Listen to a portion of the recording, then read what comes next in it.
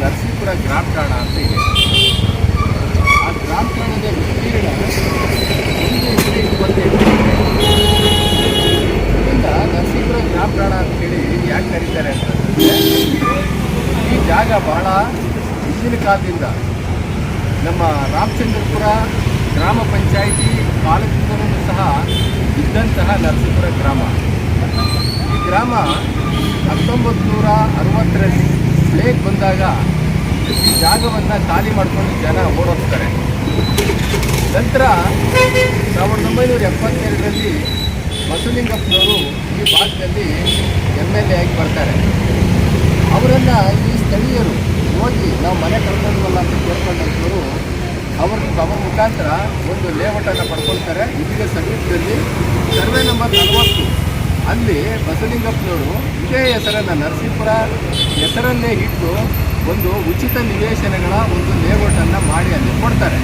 ನಂತರ ಈ ಹಳೆ ಗ್ರಾಮ ಠಾಣವನ್ನು ಈ ಸಾರ್ವಜನಿಕರ ಉದ್ದೇಶಕ್ಕೆ ಅಂತೇಳಿ ಇಲ್ಲಿ ರಕ್ಷಣೆ ಮಾಡಿಕೊಳ್ಳಲು ಅವರು ಆದೇಶ ಕೊಡ್ತಾರೆ. ಅದರಂತೆ ಈ ಜಾಗವನ್ನು ಈವರೆಗೆ ಅಂತಂದರೆ 2026ರವರೆಗೆ ನಾವು ಸ್ಥಳೀಯರು ಸಂರಕ್ಷಣೆ ಮಾಡಿಕೊಂಡು ಬಂದಿದ್ದೀವಿ. ಆದರೆ ಇತ್ತೀಚೆಗೆ ಇಲ್ಲಿ ಒಂದು ಹಗರಣ ನಡೆದಿದೆ. ಭೂಮಾಫಿಯಾಗಳಿಗೆ ನಮ್ಮ BBMP ಅಧಿಕಾರಿಗಳು ಅಂದರೆ ARO ಅಸಿಸ್ಟೆಂಟ್ ರೆವಿನ್ಯೂ ಆಫೀಸರು ಸುಮಾರು 32 ಜನಕ್ಕೆ ಈ ಗ್ರಾಮ ಠಾಣ ಜಾಗವನ್ನು ಹಕ್ಕುಪತ್ರ ಇದ್ದಾವೆ ಅಂತ ಹೇಳಿಕೊಂಡು ಖಾತೆ ಮಾಡಿದ್ದಾರೆ. 32 ಜನ ಖಾತೆ ಮಾಡಿದ್ದಾರೆ. ಈ ಗ್ರಾಮ ಠಾಣ ಜಾಗ ಇದು ಸರ್ಕಾರಿ ಜಾಗವಾಗಿದ್ದು ಈ ಜಾಗವನ್ನು ರೆವಿನ್ಯೂ ಕಾಯ್ದೆ ಪ್ರಕಾರವಾಗಿ ಯಾರಿಗೂ ಮಂಜೂರಾತಿ ಕೊಡಲಿಕ್ಕೆ ಬರೋದಿಲ್ಲ. ಬೇಕಾದರೆ ಸರ್ಕಾರ ಇದನ್ನು ಸಾರ್ವಜನಿಕ ಉದ್ದೇಶಕ್ಕೆ hospital, school, college, police station ಅಥವಾ ಅಂಚೆ ಕಚೇರಿ ಇಂಥ ಉದ್ದೇಶಕ್ಕೆ ಉಪಯೋಗಿಸ್ಕೋಬೋದೇ ಹೊರತು ಇದನ್ನು ಯಾರಿಗೂ ಮರು ಮಂಜೂರಾತಿ ಕೊಡಲಿಕ್ಕೆ ಯಾವ ಕಾಯ್ದೆಗಳಲ್ಲೂ ಕೂಡ ಅವಕಾಶ ಇಲ್ಲ. ಇಂತಹ ಒಂದು ಆಸ್ತಿಯನ್ನು ARO ಅಂತಕ್ಕಂಥದ್ದು 32 ಜನಕ್ಕೆ ಖಾತೆ ಮಾಡಿರ್ತಕ್ಕಂಥದ್ದು ಈಗ ಬೆಳಕಿಗೆ ಬಂದಿದೆ. ನಾವು ಸ್ಥಳೀಯ ಎಲ್ಲ ಮುಖಂಡರುಗಳು, ಏನು ನರಸೀಪುರದ ಮುಖಂಡರುಗಳು, HMT, NTIE, BEL, Vidyaranya forum ಮುಖಂಡರುಗಳು ಎಲ್ಲರೂ ಸೇರಿಕೊಂಡು ಈ ಜಾಗವನ್ನು ರಕ್ಷಣೆ ಮಾಡಬೇಕು. ಈ ಜಾಗದಲ್ಲಿ ಒಂದು ಸರ್ಕಾರಿ ಆಸ್ಪತ್ರೆ ಮಾಡಬೇಕು, BBMP ಕಚೇರಿ ಕಟ್ಟಬೇಕು ಅಥವಾ ಪೊಲೀಸ್ ಸ್ಟೇಷನ್ನು, ಪೋಸ್ಟ್ ಆಫೀಸ್ ನಿರ್ಮಾಣ ಮಾಡಬೇಕು. ಒಟ್ಟಾರೆ ಈ ಜಾಗ ಸಾರ್ವಜನಿಕರ ಉದ್ದೇಶಕ್ಕೆ ಬಳಕೆ ಆಗಬೇಕು ಅನ್ನುವಂತಹ ನಮ್ಮ ಉದ್ದೇಶ ಏನಿದ್ರು ಅದನ್ನು ನಾವು ಮುಂದುವರಿಸಿಕೊಂಡು ಹೋಗ್ಬೇಕಂತ ಹೇಳಿ ಒಂದು ಹೋರಾಟ ಸಮಿತಿಯನ್ನು ರಚನೆ ಮಾಡಿಕೊಂಡು ಈ ಸರ್ಕಾರಿ ಜಾಗವನ್ನು ರಕ್ಷಣೆ ಮಾಡಲಿಕ್ಕೆ ನಾವೆಲ್ಲ ಒಂದಾಗಿ ಇವತ್ತು ಕೂತ್ಕೊಂಡಿದ್ದೀವಿ.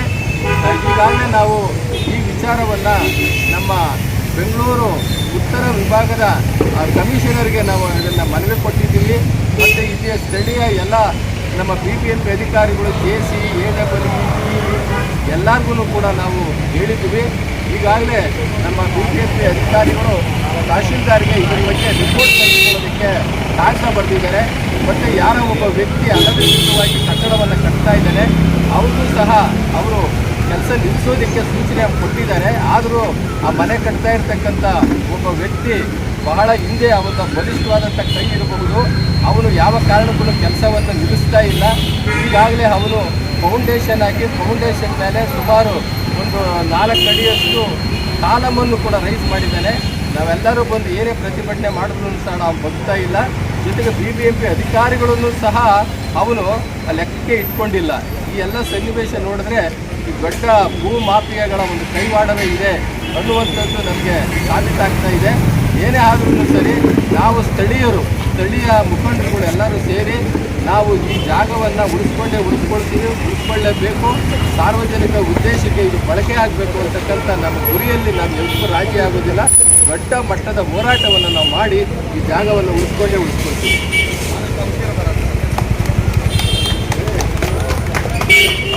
ಸರ್, ಇದೇ ರೀತಿ ಸುತ್ತಮುತ್ತ ಇರೋ ಅಂಗಡಿಗಳು ಇವರೇನಾದರೂ ಅಕ್ವೈರ್ ಮಾಡಿ ಇದೆಲ್ಲ ಬಾಡಿಗೆ ಎಲ್ಲ ಯಾರು ತಿಂತಾ ಇದ್ದಾರೆ ಏನು ಅನ್ನೋದ್ರ ಬಗ್ಗೆ ಒಂಚೂರು ಹೇಳಿ ಸರ್. ನಮಗೆ ಸುಮಾರು 2020ರಿಂದ 2026ರವರೆಗೆ ಅಂದರೆ 6 ವರ್ಷಗಳ ಕಾಲ ಸ್ಥಳೀಯ ಚುನಾವಣೆಗಳು ನಡೆದಿಲ್ಲ. ಇಲ್ಲಿ BBMP ಚುನಾವಣೆ ನಡೆದಿಲ್ಲ.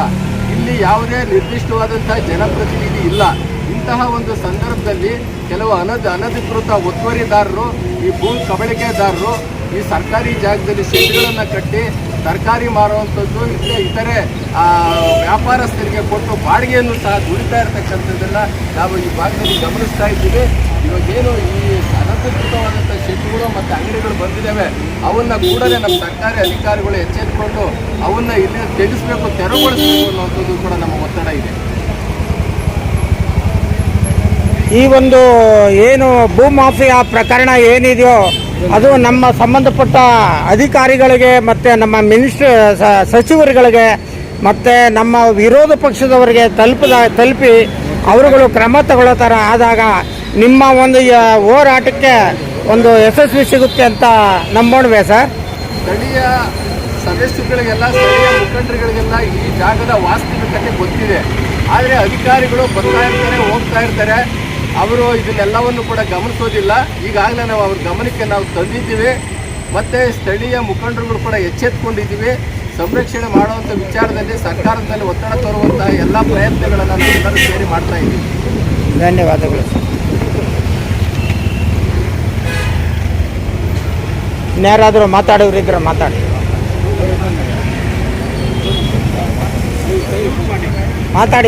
ಸರ್.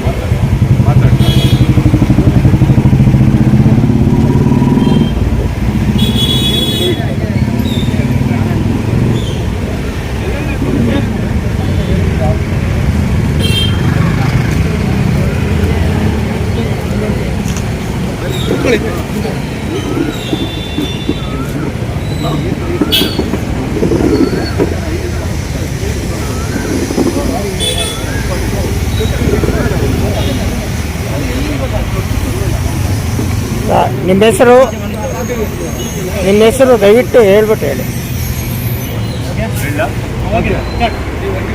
ನನ್ನ ಹೆಸರು ನಾರಾಯಣಮೂರ್ತಿ ಅಂತೇಳಿ, 75 ವರ್ಷಗಳಾಗಿದೆ ನನಗೆ. ದೊಡ್ಡಬಂಸದ್ರ ಗ್ರಾಮದ ಮೂಲ ನಿವಾಸಿ. ಈ ವಿದ್ಯಾರಣ್ಯಪುರ, ದೊಡ್ಡಬಂಸದ್ರ, ರಾಮಚಂದ್ರಪುರ, MS ಪಾಳ್ಯ ಈ ಸರೌಂಡಿಂಗಲ್ಲಿ ಸಾಕಷ್ಟು ವಿಚಾರಗಳನ್ನ ನಾನು ಸ್ಪಂದಿಸಿದ್ದೇನೆ. ಬಡವರ ವಿಚಾರಗಳು ಭಾಳಷ್ಟು ಆಲಿಸಿದ್ದೇನೆ. ಇದ್ರ ಜೊತೆಗೆ ವಿದ್ಯಾರಣ್ಯಪುರದಲ್ಲಿ ಕೆಲವು ನಡೀಬಾರ್ದೇ ಇರುವಂಥ ಕೆಲಸಗಳು ನಡೀತಾ ಇದೆ. ಇದರಲ್ಲಿ ಹಿಂದೆಯಿಂದ ನಡೆದಿದೆ, ಈಗೇನಲ್ಲ. 78ರಲ್ಲಿ Ramachandrapura group panchayat village accountant ಈ ರಾಮಠಾಣೆ ಜಾಗದ ಮೇಲೆ ಕೋರ್ಟ್ಗೆ ದಾವೆ ದಾಖಲಿಸಿ ಕೋರ್ಟಲ್ಲಿ ಇವರು ಸರ್ಕಾರಿ ರಾಮಠಾಣೆ ಜಾಗ ಇದನ್ನು ಯಾವ ಕಾರಣಕ್ಕೂ ಬೇರೆ ಯಾವುದಕ್ಕೆ ದುರ್ಬಳಕೆ ಮಾಡೋಕ್ಕೆ ಬರೋದಿಲ್ಲ. ಆಶ್ರಯ ಯೋಜನೆ ಅಡಿ ಆಗಲಿ, ಇನ್ಯಾವುದೇ ಅಡಿಯಲ್ಲಾಗಲಿ ಯಾರಿಗೂ ಇದನ್ನು ವಿತರಣೆ ಮಾಡೋಕ್ಕೆ ಬರೋದಿಲ್ಲ, ಸೈಟ್ಗಳು ವಿತರಣೆ ಮಾಡೋಕ್ಕೆ ಬರೋದಿಲ್ಲ ಕಾನೂನು ಪ್ರಕಾರ ಅಂತ ಹೇಳಿ ಹಿಂದೆ ಇದಕ್ಕೆ ಒಂದು ತೀರ್ಮಾನ ಆಗಿತ್ತು. ಆದರೂ ಕೆಲವರು ಇದನ್ನು ಅನಧಿಕೃತವಾಗಿ ಈ ಲೇಔಟು ಇದ್ರ ಥರ ಮಾಡಿ ಹಕ್ಕುಪತ್ರಗಳನ್ನ ವಿತರಣೆ ಮಾಡಿದ್ದಾರೆ. ಈ ಹಕ್ಕುಪತ್ರಗಳನ್ನ ವಿತರಣೆ ಮಾಡಿರೋದು ನ್ಯಾಯಯುತವಾಗಿಲ್ಲ. ಇದ್ರ ಜೊತೆಗೆ ಇದೇ ನಮ್ಮ ಸ್ನೇಹಿತರುಗಳು ಇಲ್ಲಿರುವಂಥ ಎಲ್ಲರೂ, ಕೃಷ್ಣಪ್ಪನವ್ರು ಇರ್ಬೋದು, ಸಿದ್ಲಿಂಗಪ್ಪನವರು, ಅಭಿಷೇಕ್ ಅವರು, ನಮ್ಮ ಗೋವಿಂದರಾಜ್ ಅವರು, ಹೆಚ್ಚಪ್ಪನವರು, ಇವರೆಲ್ಲ ನಾವೆಲ್ಲ ಮೊದಲಿಂದ ಹೋರಾಟ ಮಾಡ್ಕೊಂಡು ಬಂದಿರೋದೆ. ಅದರಲ್ಲಿ ಗಣಪತಿ ದೇವಸ್ಥಾನ ಮತ್ತು ಸಾಯಿ ಟೆಂಪಲ್ 9 ಎಕರೆ ಜಾಗ ಉಳಿಸಿದ್ವಿ. ಹಿಂದೆ ಹೋರಾಟದ ಮೂಲಕನೇ ಉಳಿಸ್ಕೊಂಡ್ವಿ.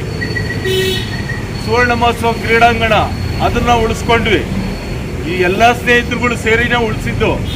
ಆ ನಂತರ ನಮ್ಗೆ ವಯಸ್ಸಾದ ಮೇಲೆ ಇದನ್ನು ಉಳಿಸೋದಕ್ಕೆ ನಾವೇನು ಮಾಡಿದ್ವಿ, ಜನ ಶಕ್ತಿ ಇಲ್ಲದೆ ಇರೋದಕ್ಕೋಸ್ಕರ, ಯುವಕರು ಯಾರು ನಮ್ಮ ಮಾತು ಕೇಳೋದಿಲ್ಲ, ಅದಕ್ಕೋಸ್ಕರ ನಾವು ನ್ಯಾಯಾಲಯದ ಮುಂದಕ್ಕೆ ಹೋದ್ವಿ. ಇಲ್ಲಾಗ್ತಾ ಇರೋಂಥ ಅನಾಹುತಗಳಿಗೆ ನ್ಯಾಯಾಲಯದಲ್ಲಿ ನ್ಯಾಯ ಸಿಕ್ಕಲಿ ಅಂತ ಮುಂದಕ್ಕೆ ಹೋದ್ವಿ.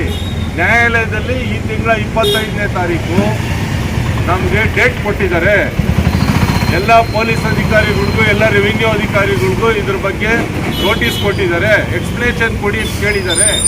ಇದು ಕಾನೂನು ರೀತಿಯಲ್ಲಿ ಆಗಿರುವಂಥ ಬೆಳವಣಿಗೆ.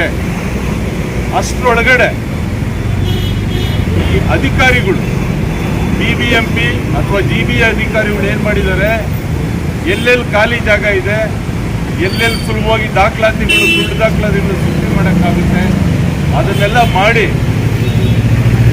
ಅತಿ ಹೆಚ್ಚಿನ ಲಾಭಕ್ಕೆ ಲಂಚ ಇಸ್ಕೊಂಡು ಮಾರಿ ಇವತ್ತಿನ ದಿವಸ ಇಲ್ಲಿ ದೊಡ್ಡ ಬಿಲ್ಡಿಂಗ್ ಕಟ್ಟಕ್ಕೆ ಕೊಟ್ಟಿದ್ದಾರೆ, ಈ ಸರ್ಕಾರಿ ಅಂಗಡಿ ಬಾಡಿಗೆ ಕೊಟ್ಟಿದ್ದಾರೆ, ಆ ಕಡೆ ಬಾಡಿಗೆ ಕೊಟ್ಟಿದ್ದಾರೆ.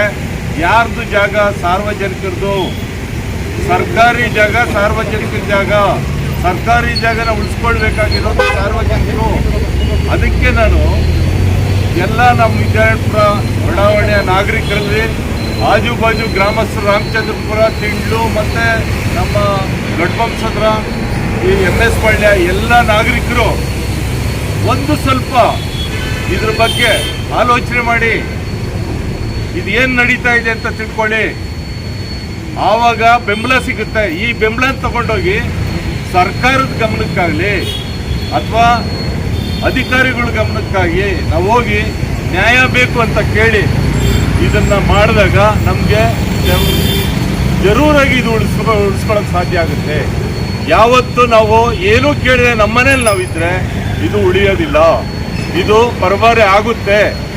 ಅದಕ್ಕೆ ಮುಂಚಿತವಾಗಿ ಮುಂದಿನ ಪೀಳಿಗೆಗೆ ದಾರಿ ದೀಪ ನಾವು ಆಗಬೇಕು ಅನ್ನೋ ಯೋಚನೆ ಇದ್ದರೆ ಪ್ರತ್ಯಕ್ಷವಾಗಲಿ ಪರೋಕ್ಷವಾಗಲಿ ತಾವೆಲ್ಲ ಇದಕ್ಕೆ ಸಹಕಾರ ಮಾಡಿ. ದಯಮಾಡಿ ಬಂಧುಗಳೇ, ನೀವು ಅರ್ಥ ಮಾಡ್ಕೊಳ್ಳಿ. ಇವತ್ತು ಇದೊಂದು ಬಿಟ್ಟರೆ ನಾಳೆ ಇನ್ನೊಂದು ಬಿಡ್ತೀವಿ, ನಾಳೆದು ಇನ್ನೊಂದು ಬಿಡ್ತೀವಿ. ಇದರಿಂದ ಯಾರಿಗೂ ಒಳ್ಳೇದಾಗಲ್ಲ. ಸರ್ಕಾರಿ ಜಾಗ ಸಾರ್ವಜನಿಕರ ಸೊತ್ತು, ಇದನ್ನು ಅರ್ಥ ಮಾಡ್ಕೊಳ್ಳಿ. ಇದನ್ನ ಯಾವುದೇ ಅಧಿಕಾರಿಗಳ ಹತ್ರ ಹೋಗಿ ನಾವು ಅವ್ರ ಮುಂದೆ ಇದು ಇಡಬೇಕಾಗುತ್ತೆ. ನೋಡಿ, ಸಾರ್ವಜನಿಕರು ಕಾನೂನು ರೀತಿ ಹೋರಾಟ ಮಾಡಿದ್ದಾರೆ, ನೇರವಾಗಿ ಖುದ್ದಾಗಿ ಬಂದು ಇಲ್ಲಿ ಹೋರಾಟ ಮಾಡಿದ್ದಾರೆ. ಎಲ್ಲ ದಾಖಲಾತಿಗಳನ್ನ ಗಮನಕ್ಕೆ, ಇವ್ರ ಗಮನಕ್ಕೆ, ಅಧಿಕಾರಿಗಳ ಗಮನಕ್ಕೆ ತಂದಿದ್ದಾರೆ. ಇಷ್ಟೆಲ್ಲ ಮಾಡಿಯೂ ಸಹ ಯಾವುದೇ ಕ್ರಮ ಜರುಗಿಸದೆ ಹೋದ್ರೆ ನಾವೆಲ್ಲಿದ್ದೀವಿ? ಡಾಕ್ಟರ್ ಅಂಬೇಡ್ಕರ್ ಅವ್ರು ಬರೆದಂತ ಇದು ಏನಾಯ್ತು? ಸಂವಿಧಾನ ಏನಾಯ್ತು? ಇದು ನೋವು.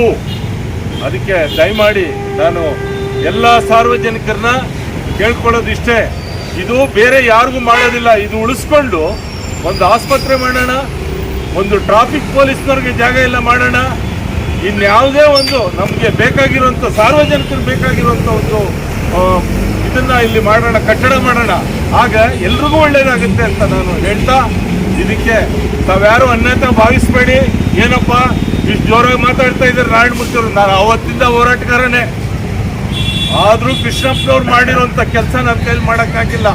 ಇದರಲ್ಲಿ ಎಷ್ಟೋ ಜನ ಮಹನೀಯರಿದ್ದಾರೆ, 1, 2, 3 ನಾವು ಇವರೆಲ್ಲ ಹೋರಾಟಗಾರರೇ. ಅವ್ರ ಶಕ್ತಿನ ನಾವು ಬಳಸ್ಕೊಳ್ತಾ ಇಲ್ಲ. ಇನ್ನು ಮುಂದೆ ನೀವೆಲ್ಲರೂ ಅನ್ಯತಾ ಭಾವಿಸ್ತೆ, ಪ್ರತಿಯೊಬ್ಬರೂ ಒಳ್ಳೇದಕ್ಕೆ ಹೋರಾಟ ಮಾಡಿ. ಯಾವುದೇ ಜಾಗಕ್ಕೆ ನಾವೆಲ್ಲ ಒಟ್ಟಿಗೆ ಹೋಗೋಣ, ಯಾವುದಕ್ಕೂ ಭಯ ಬೀಳೋದು ಬೇಡ ಅಂತೇಳಿ ನಾನು ನಮಗೆಲ್ಲ ಕಳಕಳಿಯಿಂದ ಬೇಡ್ಕೊಳ್ತಾ ನನ್ನ 2 ಮಾತು ಮುಗಿಸ್ತಾ ಇದ್ದೀನಿ. ನಮಸ್ಕಾರ. ಜೈ ಹಿಂದ್, ಜೈ ಕರ್ನಾಟಕ ಮಾತೆ. ಇವತ್ತು BBMP ಅಫಿಷಿಯಲ್ಗೆ ನೀವು ಹೇಳಿದ್ದೀರಾ, BBMP ಅಫಿಷಿಯಲ್ಸು ಇದನ್ನ ಹೆಚ್ಚಿಗೆ ಕೃಷ್ಣಪ್ಪನವ್ರು ಅದನ್ನ ಭೇಟಿ ಮಾಡಿ ಅವ್ರ ಹತ್ರ ವಾದ ವಿವಾದಗಳಾಗಿದೆ, ವ್ಯೂಸ್ ಆಫ್ ಎಕ್ಸ್ಚೇಂಜ್ ಆಗಿದೆ. ಹೌದು, ಎಕ್ಸಿಕ್ಯೂಟಿವ್ ಇಂಜಿನಿಯರ್ ಫೋನ್ ಮಾಡಿ ನಾನು ಬರ್ತೀನಿ ಅಂತ ಹೇಳಿದ್ದಾರೆ. ಅದನ್ನ ಹೆಚ್ಚಿಗೆ ಮಾಹಿತಿ ಇರೋದು ಕೃಷ್ಣಪ್ಪನವ್ರ ಹತ್ರ. ಯಾಕೆಂದ್ರೆ ಬರ್ಬೋದು, ಮೋಸ್ಟ್ಲಿ ಬರ್ಬೋದು. ಸ್ವಲ್ಪ ತಡ ಮಾಡ್ಬೇಕು ಅನ್ಸುತ್ತೆ ಸರ್. ಇದಕ್ಕೆ ಮೂಲ ಕಾರಣ ಯಾರು?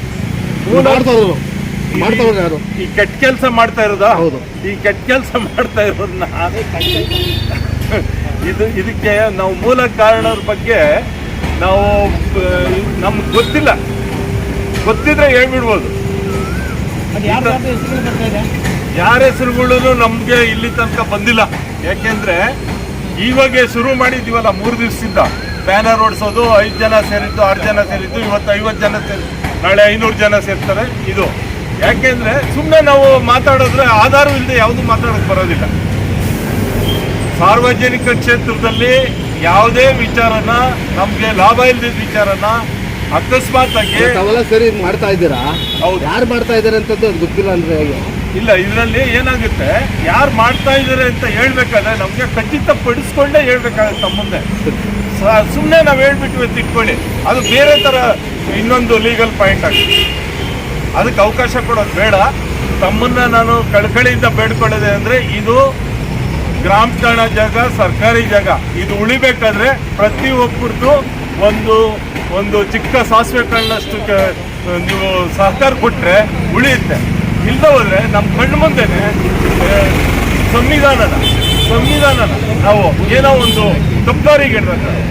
ಅದಕ್ಕೆ ಉಳಿಸಿ ಬೆಳೆಸಿ, ಸಂವಿಧಾನ ಉಳಿಸಿ, ಜನಕ್ಕೆ ಒಳ್ಳೇದು ಮಾಡಿ ಬೆಳೆಸಿ, ಇದನ್ನ ನಾನು ಕೇಳ್ಕೊಳ್ತಾ ಇದ್ದೀನಿ. ನಮಸ್ಕಾರ, ಎಲ್ರಿಗೂ ನಮಸ್ಕಾರ.